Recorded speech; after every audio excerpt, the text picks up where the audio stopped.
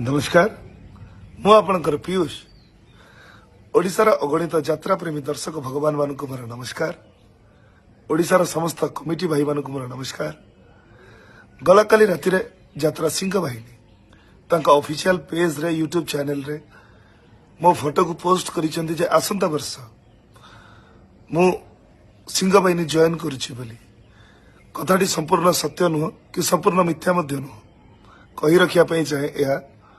जैसे अनुष्ठान को जीवापाई बाबू संगे मोर